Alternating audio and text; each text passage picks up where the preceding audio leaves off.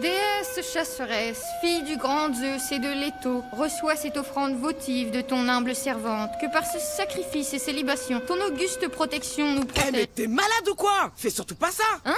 Mais c'est quoi le problème? Mais enfin, regarde! T'es en train de faire brûler une offrande de poulet aux olives et à la feta! Ben quoi, c'est hyper bon, c'est les recettes méditerranéennes d'Ottolenghi, le chef hébreu qui cartonne en librairie. Attends, ça fait combien de temps que tu travailles au sanctuaire d'Artémis? Bah en fait, c'est ma première semaine, j'ai... Bon écoute, si tu veux garder ton CDI à Éphèse, t'as intérêt à un peu te renseigner. On ne peut pas faire des offrandes de fromage à la déesse Artémis. Elle a une méga intolérance au lactose. Si elle s'aperçoit qu'on lui a envoyé de la feta, on va toutes devoir retourner bosser chez Télé McDonald's. Je savais pas que les dieux aussi pouvaient avoir des allergies alimentaires. Ah bah avant ils mangeaient de tout, hein. Ils mangeaient même leurs enfants. Mais la nouvelle mode dans la mythologie grecque, c'est les régimes particuliers. C'est devenu une galère insupportable d'organiser des banquets sur l'Olympe.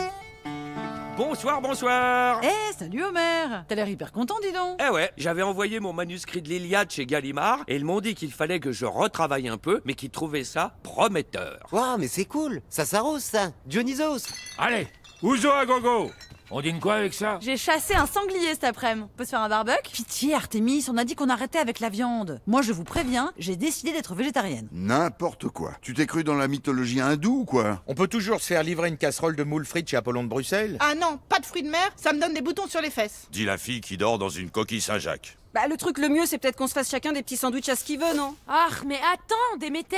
Vire-moi ta gerbe de blé du plan de travail. On est au moins 3 ici à avoir dû renoncer au gluten. Comment t'espères qu'on s'enfile des sandwichs? Non mais Estia, dis pas ça pour te vexer. C'est cool que tu sois la déesse des récoltes, mais tu voudrais pas plutôt faire des plantations de tofu? Au fait, je ne sais pas si les sirènes vous ont dit, je n'ai plus du tout le droit de prendre de sel. Déjà, rien que le fait d'habiter dans un palais sous-marin, ça me donne de l'hypertension, alors... C'est bon, c'est fini? On a fait le tour des allergies, là?